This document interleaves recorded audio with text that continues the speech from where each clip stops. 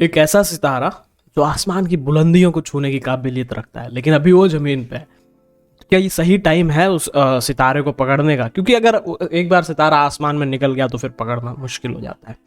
ऐसा ही एक स्टार है जो मुझे लगता है personally, that is IDFC first bank. मैंने पहले भी कई बार आपसे IDFC फर्स्ट बैंक के बारे में बात किया है, and let me tell you personally मैं भी काफ़ी जो है काफ़ी हद तक इन्वेस्टेड हूँ उसमें। मेरे टोटल पोर्टफोलियो का you won't say it is not a kind of portfolio, model portfolio नहीं है, बट काफ़ी ज़्यादा almost 40-45% allocation IDFC first bank में है मेरा पर्सनली खुद का। So you can get it how much I like this stock. So थोड़ा सा बायसनेस देखने को मिलेगी, so I am sorry for that, पहले से ही अपोलोजाइज कर देता हूँ मैं आपसे। बट ये वो बैंक है जिसका उदय हुआ 2018 में, जो हमारे पास IDFC limited and capital first के मर्जर के बाद जो बैंक का उदय हुआ, बैंक का जन्म हुआ, that is IDFC first bank limited. और ये मैं नहीं कह रहा हूँ, इंडस्ट्री के काफ़ी सारे बड़े बड़े एक्सपर्ट्स का मानना है कि this is the next HDFC bank. Okay, और इस बैंक को मैं बहुत टाइम से जो है आपको रिकमेंड कर रहा हूँ। मेरा पर्सनली मैंने तब खरीदा था जब इट वॉज 25 रुपये था लास्ट ईयर, तब मैंने पहली दफ़ा खरीदा था। उससे पहले दो तीन बार ट्रेड वेड लिए थे, बट इन्वेस्टमेंट के लिहाज से पहली बार 25 रुपये के भाव में खरीदा था। तब से ये स्टॉक जो है 68-69 तक के हाइज बनाया है, बट आज की रेट में ये 40-42 रुपये में ट्रेड कर रहा है। तो अब why am I talking about this thing, मैंने आपसे पहले 60 रुपये में भी खरीदवाया था। 60 में खरीद के मैंने 68 का टारगेट दिया था ट्रेडिंग के लिए, उन्होंने खरीदा, बेचा, अच्छा पैसा बना। 60 में दोबारा आया, मैंने फिर से बोला भाई खरीद लो, अब वापस ऊपर जाएगा, लेकिन समय ख़राब रहा, स्टॉक गिर के नीचे आया। 50 में आया तभी भी मैंने खरीदने को कहा। अब 40 में आ गया है, तो अब तो गोल्डन अपॉर्चुनिटी है। मुझे नहीं लगता दोबारा से अब कोई मौका मिलेगा आपको इससे नीचे लेवल जाने का। तो अब यहाँ से अगर आप नहीं खरीद रहे हो तो फिर आपको ऊपर के लेवल पे ही खरीदना पड़ेगा अगर आप खरीदना चाहोगे तो। Otherwise this is the time जहाँ पे आप जो है लोअर लेवल्स पे खरीद सकते हो। आज आपको जो है 5% के आसपास की मूवमेंट देखने को मिली है। सो that is why we are talking about this thing. That is why I am talking about the stock, the IDFC First Bank Limited. So ये बेसिकली एक बैंक है। सबसे बड़ा जो इनके पास पॉइंट है that is its management. Mister V Vaidyanathan जो इनके चेयरमैन है, वो जो है पूरी उनकी विजन और उनका जो आइडियोलॉजी है बैंकिंग सेक्टर्स को रन करने का, और बैंकिंग सेक्टर से रिलेटेड उनकी आइडियोलॉजी और बैंक्स को रन करने का, वही पूरा कारण है जिसकी वजह से नॉट ओनली मी बट बड़े बड़े एक्सपर्ट सब लोग जो है इस बैंक के फेवर में है। सो वही कारण है, क्योंकि अगर आपके पास मैनेजमेंट अच्छा है, कैप्टन का शिप का कैप्टन अच्छा है, तो शिप अगर खराब भी होगी तो कैप्टन निकाल के ले जाएगा। तो that is what is the scenario with IDFC first bank is mister V Vaidyanathan जो है पूरी तरीके से इसके जो है कैप्टन इंचार्ज हैं। तो जो उनकी वजह से ही हम जो है इस बैंक के फेवर में हैं। सो अब मैं आपसे जो है थोड़ी सी स्क्रीन शेयर करता हूँ, थोड़ी सी डिटेल्स दिखाता हूँ आपको बैंक के बारे में, फंडामेंटल्स और फाइनेंशियल दिखाने की कोशिश करता हूँ।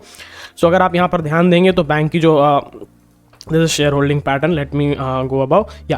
सो मार्केट कैपिटलाइजेशन जो आप देख पा रहे हैं अभी जो है कोई ज़्यादा नहीं है, 25,000 25,500 की मार्केट कैपिटलाइजेशन है। 26,000 हो सकती है, दैट इज़ बिकॉज अभी जो है यहाँ पर आपको मार्केट प्राइस 41 दिखा रहा है, बट 2 रुपये मूव कर चुका है। सो 42.9 पे जो है आज की क्लोजिंग हुई है। एंड देन जो आप हाईएस्ट प्राइस यहाँ पर देख सकते हैं 69.3, that is it went somewhere around फरवरी मार्च की बात है जब ये स्टॉक इतने ऊपर गया था, बट वहाँ से फिर लुढ़का है नो डाउट, और अभी तक नीचे ही गिर रहा था, बट अब एक रिवर्सल देखने को मिला। डिविडेंड कोई नहीं है, पी वगैरह की बात नहीं कर रहे, क्योंकि जो बैंकिंग का बिजनेस है वहाँ पर जो है you know not a profit making business, NPAs वगैरह आपको पता है क्या है। और इस बैंक की एक खासियत है कि IDFC फर्स्ट बैंक जो है होलसेल बिजनेस में था, but now they are moving into retail business. So that is why it's taking time, और बड़ी चीज़ों में टाइम लगता है। So obviously no doubt time लगेगा, बट नतीजे अच्छे मिलने चाहिए। बुक वैल्यू भी आपको 24-25 रुपये में है। तो जब मैंने इसको फर्स्ट टाइम खरीदा था तो इसी बुक वैल्यू के आसपास खरीदा था, इवन 18 रुपये तक गया था, बट मेरे से मिस हो गया था खरीदने के लिए। अभी फ़िलहाल अगर मैं आपसे सच्चाई बात करूं तो मेरे पास 40 रुपीज़ के एवरेज पे है ये स्टॉक। अभी मैंने ख़रीदा है फिर से, बट मेरा एलोकेशन 45 के, मेरा बाइंग प्राइस 45 है, तो वहाँ से भी लॉस में ही दिख रहा है जो नई इन्वेस्टमेंट है। बाकी पहले की जो मेरी है वो 40 रुपीज़ के एवरेज प्राइस में है।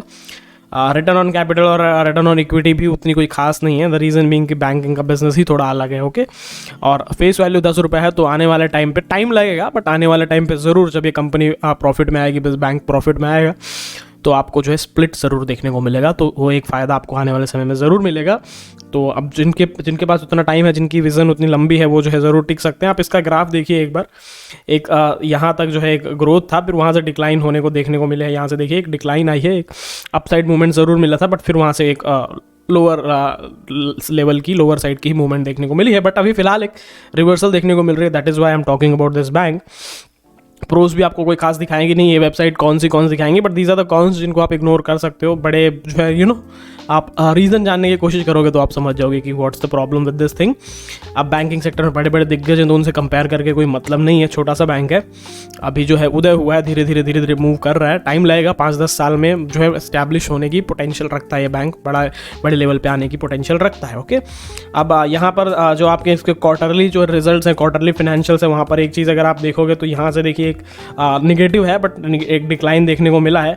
यहाँ पर एक ये बुरा समय था पर उसके बाद फिर डिक्लाइन और थोड़ा सा ऊपर नीचे चलता रहा है। एक देखिए आप साइक्लिकल नेचर देखने को मिलती है, यहाँ पर अच्छा चल रहा है, यहाँ पर थोड़ा सा डिक्लाइन है, यहाँ पे अच्छा, फिर यहाँ पे ठीक ठाक चल रहा था बट फिर यहाँ पे एक बड़ा नुकसान है, फिर ओके आया, फिर एक बड़ा नुकसान, फिर यहाँ पे देखिए थोड़ा ठीक समय चल रहा था, फिर उसके बाद एक बड़ा नुकसान। तो ये एक चीज़ चल रही है और इस पिछले जो क्वार्टर के नतीजे आए हैं वो कोई खास अच्छे नहीं आए हैं, दैट इज़ वाई ये जो है डाउन ट्रेंड में जा रहा था। ओके, और सेम चीज़ आप जो है इनके एनुअल रिजल्ट्स में भी, एनुअल फाइनेंशियल्स में भी देख सकते हैं। तो वो एक चीज़ है but this is all temporary. Okay, जैसे मैंने आपसे कहा कि अगर शिप का कैप्टन अच्छा है तो आप भरोसा कर सकते हैं। ओके, सेल्स ग्रोथ भी आप देखिए यहाँ पर कोई खास जो है देखने को नहीं मिल रही है एक्सपेक्टेशन, बट 5 ईयर्स का डेटा आप देखिए तो वहाँ पर अच्छी खासी ग्रोथ है।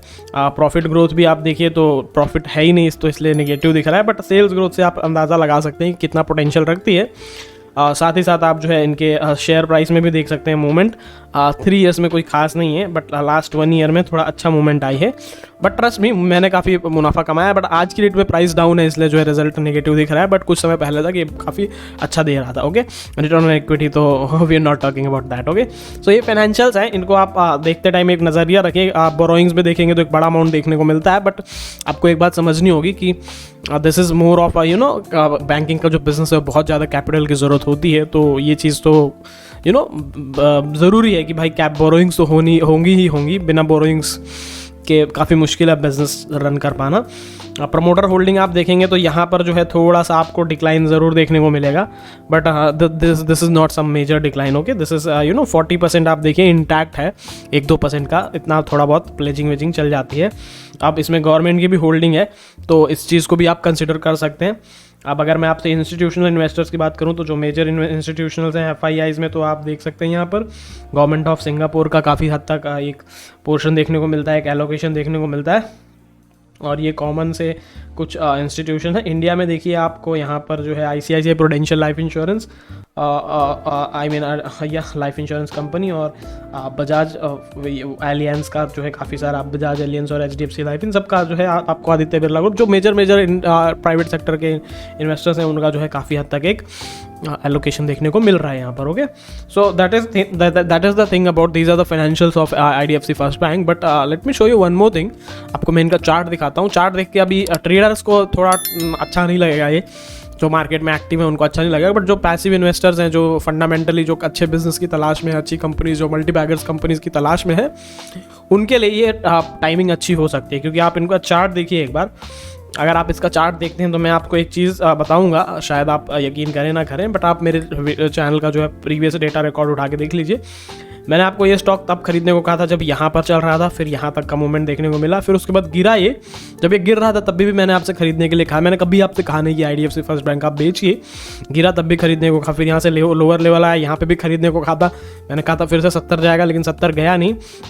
हालांकि कुछ हद तक आपको प्रॉफिट बुकिंग मिली यहाँ पर, फिर उसके बाद वापस से जो है ख़राब रिजल्ट आए और ये जो है फिर से गिरा, फिर से गिर के, जब से गिर रहा था तब से मैं आपको हमेशा खरीदने को कह रहा था कि भाई गिर रहा है, बुरा टाइम है, खरीद लीजिए।